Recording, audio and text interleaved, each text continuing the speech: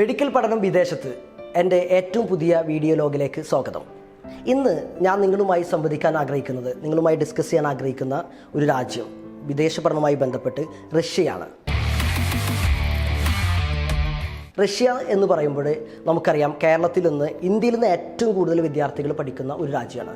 നിലവിൽ 5000-ലധികം മെഡിക്കൽ മാത്രമായിട്ട് വിദ്യാർത്ഥികൾ പഠിക്കുന്നുണ്ട്.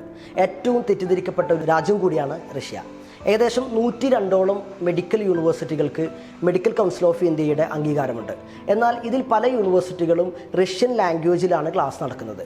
അപ്പോൾ റഷ്യയിലേക്ക് മെഡിക്കൽ പഠനത്തിന് പോകുന്ന വിദ്യാർത്ഥി നിർബന്ധമായിട്ടും മനസ്സിലാക്കേണ്ട, ഏറ്റവും സൂക്ഷ്മമായിട്ട് നമ്മൾ അറിഞ്ഞിരിക്കേണ്ട ഒരു കാര്യം, അവിടുത്തെ മീഡിയം ഓഫ് ഇൻസ്ട്രക്ഷൻ എന്താണെന്ന് അറിഞ്ഞിരിക്കണം. കാരണം പല യൂണിവേഴ്സിറ്റികളും 3-ാമത്തെ വർഷം റഷ്യൻ ലാംഗ്വേജിലേക്ക് മാറുന്നുണ്ട്.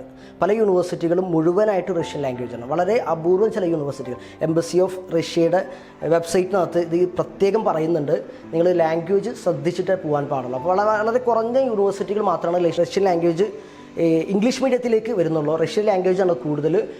മിക്സ്ഡ് ആയിട്ടുള്ള ലാംഗ്വേജുള്ള യൂണിവേഴ്സിറ്റികളുണ്ട്. പിന്നെ ഇവിടെ MD എന്നാണ് പ്രോഗ്രാമിൻ്റെ പേര്. നമ്മുടെ MBBSന് സമാനമായ കോഴ്സിന് അവർ പറയുന്ന പേര് MD എന്നാണ്. 6 വർഷമാണ്. അപ്പോൾ 6 വർഷം അവിടെ കോഴ്സ് കഴിഞ്ഞ് വന്നിട്ട് ശേഷം കേരളത്തിലെ പുതിയ നിയമം അനുസരിച്ചിട്ട് 1 വർഷം ഇവിടെ ഇൻറ്റേൺഷിപ്പ് ചെയ്യണം. അപ്പോൾ 7 വർഷം ഇൻവെസ്റ്റ് ചെയ്യാൻ തയ്യാറായിട്ടുള്ള വിദ്യാർത്ഥികളാണ് റഷ്യയിൽ പോകേണ്ടത്. റഷ്യയിലെ പ്രധാന യൂണിവേഴ്സിറ്റികൾ ചൂസ് ചെയ്യാൻ ശ്രമിക്കുക. ഏറ്റവും പുതിയൊരു ട്രെൻഡ് എന്താണെന്ന് ചോദിച്ചാൽ, റഷ്യയിലെ ഏറ്റവും ചീപ്പസ്റ്റ് യൂണിവേഴ്സിറ്റികൾ മാർക്കറ്റ് ചെയ്യുന്ന ഒരു ശൈലി, ഒരു സംവിധാനം കേരളത്തിൽ പ്രത്യേകിച്ചുണ്ട്. അത്തരം പരസ്യങ്ങൾ, വാഗ്ദാനങ്ങളിൽ ചെന്നുപെടുമ്പോൾ അവിടുത്തെ ലാംഗ്വേജിൻ്റെ കാര്യങ്ങളിലൊക്കെ വളരെയധികം പ്രശ്നങ്ങൾ വരുന്നുണ്ട്.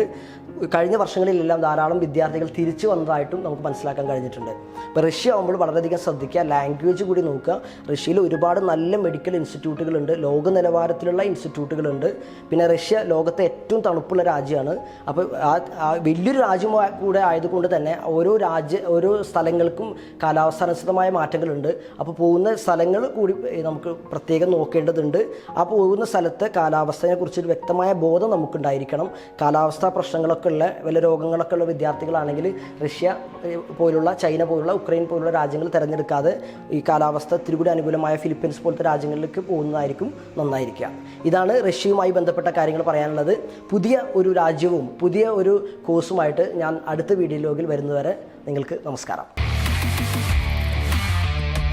For more informations and videos, subscribe my YouTube channel Razak Aviyoor, RAZAKAVIYOOR.